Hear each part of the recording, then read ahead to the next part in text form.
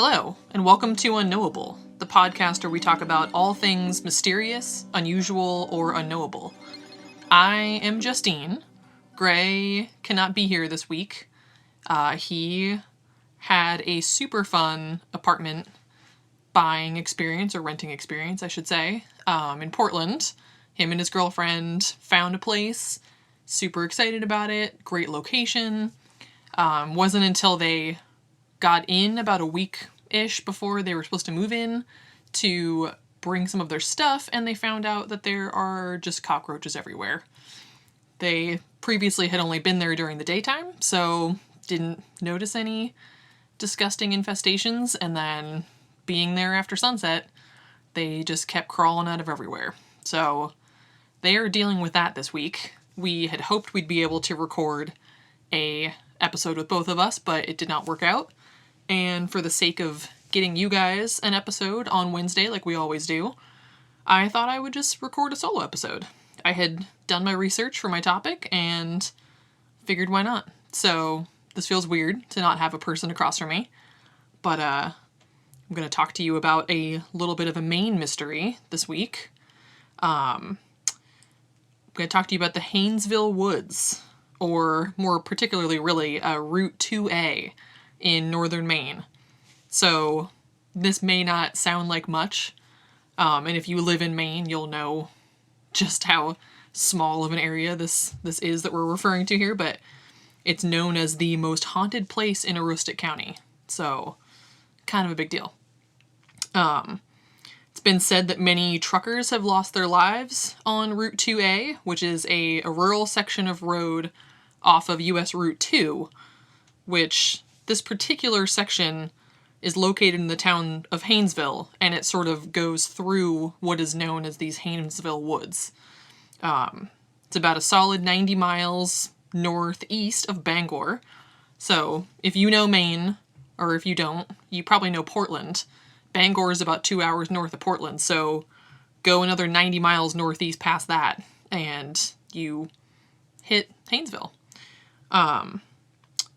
This section of highway actually had Dick Curlis, who is a former truck driver turned country singer, wrote a song about this stretch of road called A Tombstone Every Mile, with lyrics like, "It's a stretch of road up north in Maine that's never, ever, ever seen a smile."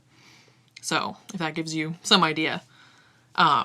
Super dangerous during the winter months, which, I mean, welcome to Maine, but the roads apparently are very windy and curvy, and I guess there's one particularly sharp turn that's about 90 degrees. So if you think of it as a lot of truckers and people in very heavy vehicles driving there, it's not the safest place.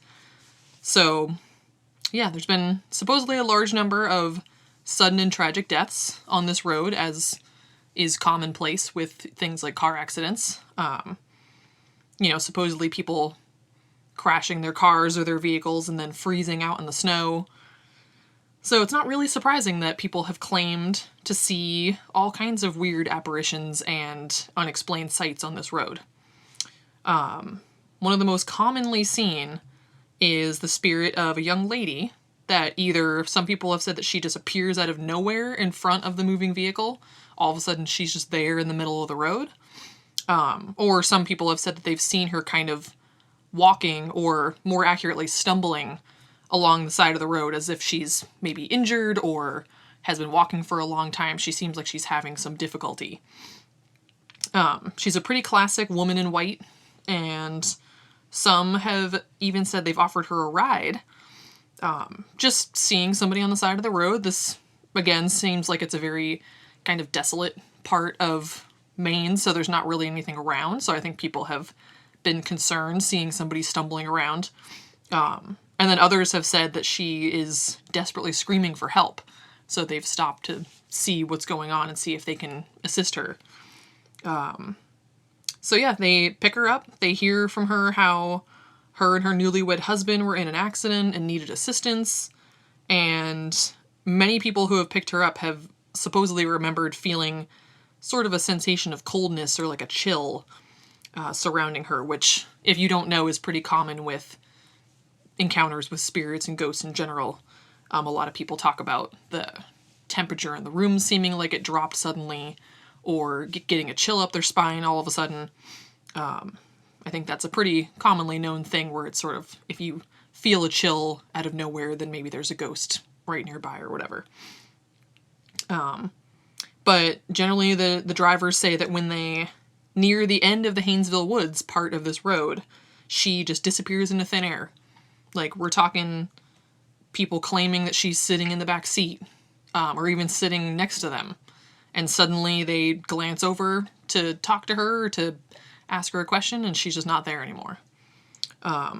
In some versions, she leaves her coat behind with an address inside, and then when the driver investigates, they find her mother, who then tells the story of her untimely death. So the local legend is that this woman had been traveling with her new husband, and they were on some icy roads. It was slippery, sort of black ice type of situation, and lost control, hit a utility pole. The husband died instantly, but she managed to free herself and tried to crawl to help, but ended up freezing on the side of the road. So, pretty classic recipe for kind of a spirit being trapped in this area, just constantly searching for help, searching for somebody to take her to safety while still having this kind of aspect of heartbreak and immense sadness as she, I don't know specifically how newly married they were, but either way, driving with her husband and then having to see him die on impact must have been really terrible. So that's the most commonly seen spirit on this particular road. Others say they've seen a younger girl, maybe like a 10-year-old girl or so, who is supposedly the spirit of a girl who was fatally killed by a tractor trailer while walking along the road. Which, again, I mean, this is true for many, many small towns. This is not specific to Maine, but typically roads like that don't really have much of a shoulder, if they have really a shoulder at all. So it can be pretty dangerous to walk along those roads in general, especially if there are twists and turns. You never know when a car's going to come barreling around the corner. A lot of times people don't really obey the speed limit, so not really surprising, not unbelievable.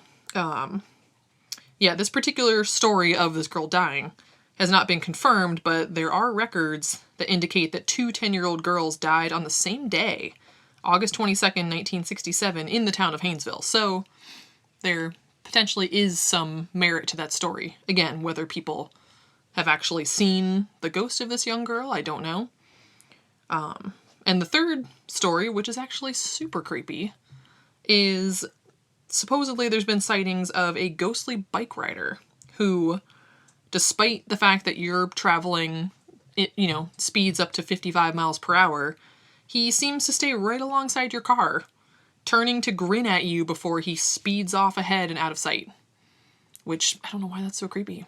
And again, not unbelievable that there could be the spirit of a biker.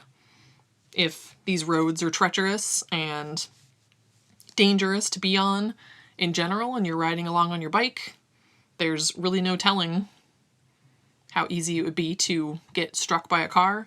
And especially, again, on a very desolate, kind of isolated road, it wouldn't be surprising that somebody might have gotten hit and maybe knocked into the woods, maybe not found for a while, maybe didn't die right away. So again, you kind of have this element of tragedy, not only just from the death, this unexpected death, but perhaps a decent element of suffering along with it. Similar to the young bride kind of witnessing her husband's death and then having to die all on her own out in the freezing cold. You get this, I don't know, I think that's part of why spirits and energy get trapped in a place like that, because there's just this immense suffering. I mean, it doesn't seem surprising that it ends up oftentimes being people who were killed very tragically and suddenly, or people who were murdered, kind of killed in this aura of like this violence and anger and fear. Or places like prisons and asylums and things having a lot of spirit activity. It's a place of great suffering, great confusion, great, I don't know, kind of maybe there's a little bit more of like facing your own mortality before you actually die, or just being mistreated in general. So it doesn't seem surprising that there could be a road that would have a high number of deaths that would have these spirits kind of attached to it, kind of roaming around. If you've been in Maine and you've been in the woods or near some of the woods in Maine, I mean, particularly in towns like that, there is something, I mean, Maine is gorgeous and the woods are gorgeous, but there are some places where the woods just have a feeling to them. If you've ever seen the movie The Witch, which came out just a few years ago, and it's fantastic. If you haven't seen it, you really should. But it was not filmed in Maine, but when I was watching it, like, I would have sworn that it was, because just, I don't know, there's something about, I've been to some woods in Maine that had the same kind of feeling that the woods in that movie did.